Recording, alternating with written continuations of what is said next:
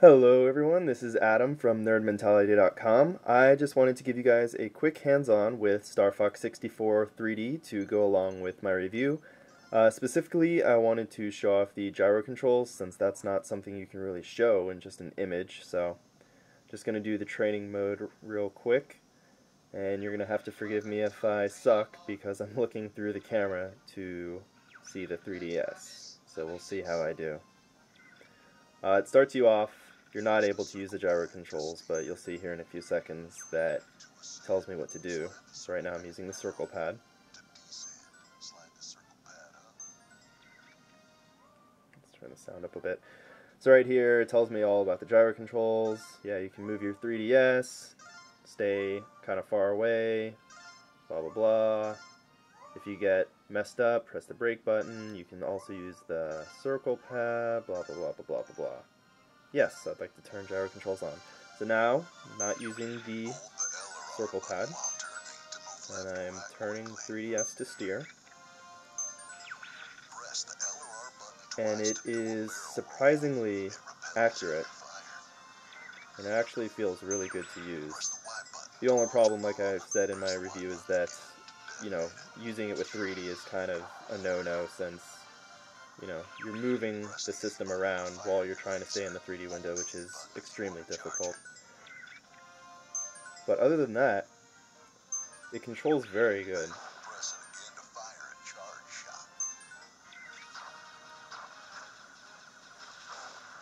So you see you can make very minute changes in how you're holding the 3DS, and it picks it all up. Very big, wide gestures, picks those up as well. And it's actually surprisingly hard to mess up. So see if I turn the 3DS around, turn it back around, turn it around, do whatever I want, playing Star Fox on a roller coaster. I'm holding it straight again, and it's not flying in any specific direction. It doesn't think I'm holding it up, it doesn't think I'm holding it to the right or something. It just realizes that I'm holding it still at the neutral position, which is pretty amazing, if you ask me. But see, if I go all the way over here, now I'm holding it to the right of the neutral position. Turn this down a little bit. So if it ever does get uncalibrated for whatever reason, you can just press the brake button, which for me is B, and it'll make a little chime. Hopefully you could hear that.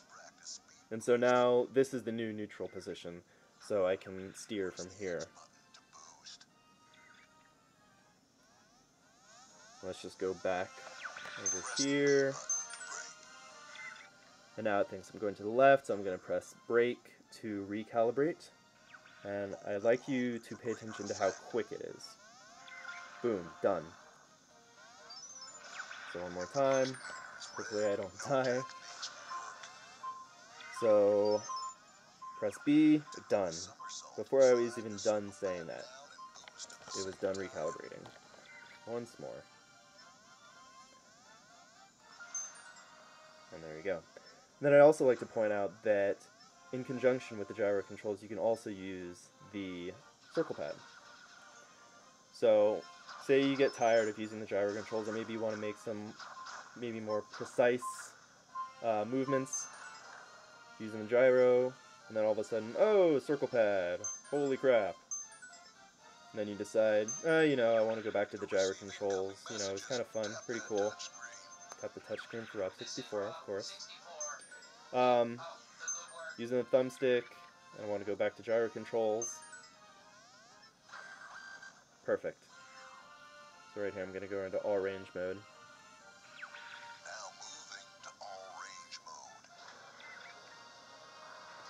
Now this all range mode is a little harder to use with the gyro controls simply because you have more degrees of freedom. You can move around more, which basically just requires you to turn more and turn faster and quicker. There are enemies all around you. So, again in 3D it's very, very hard to keep track of where things are, especially with the 3D image breaking so often. But even in 2D, if you're in all range mode, you're doing a lot of quick movement, it's still kind of hard. But again, aside from all that, the gyro controls feel really good, and they work really well. So, there you go. Star Fox 64's gyro controls.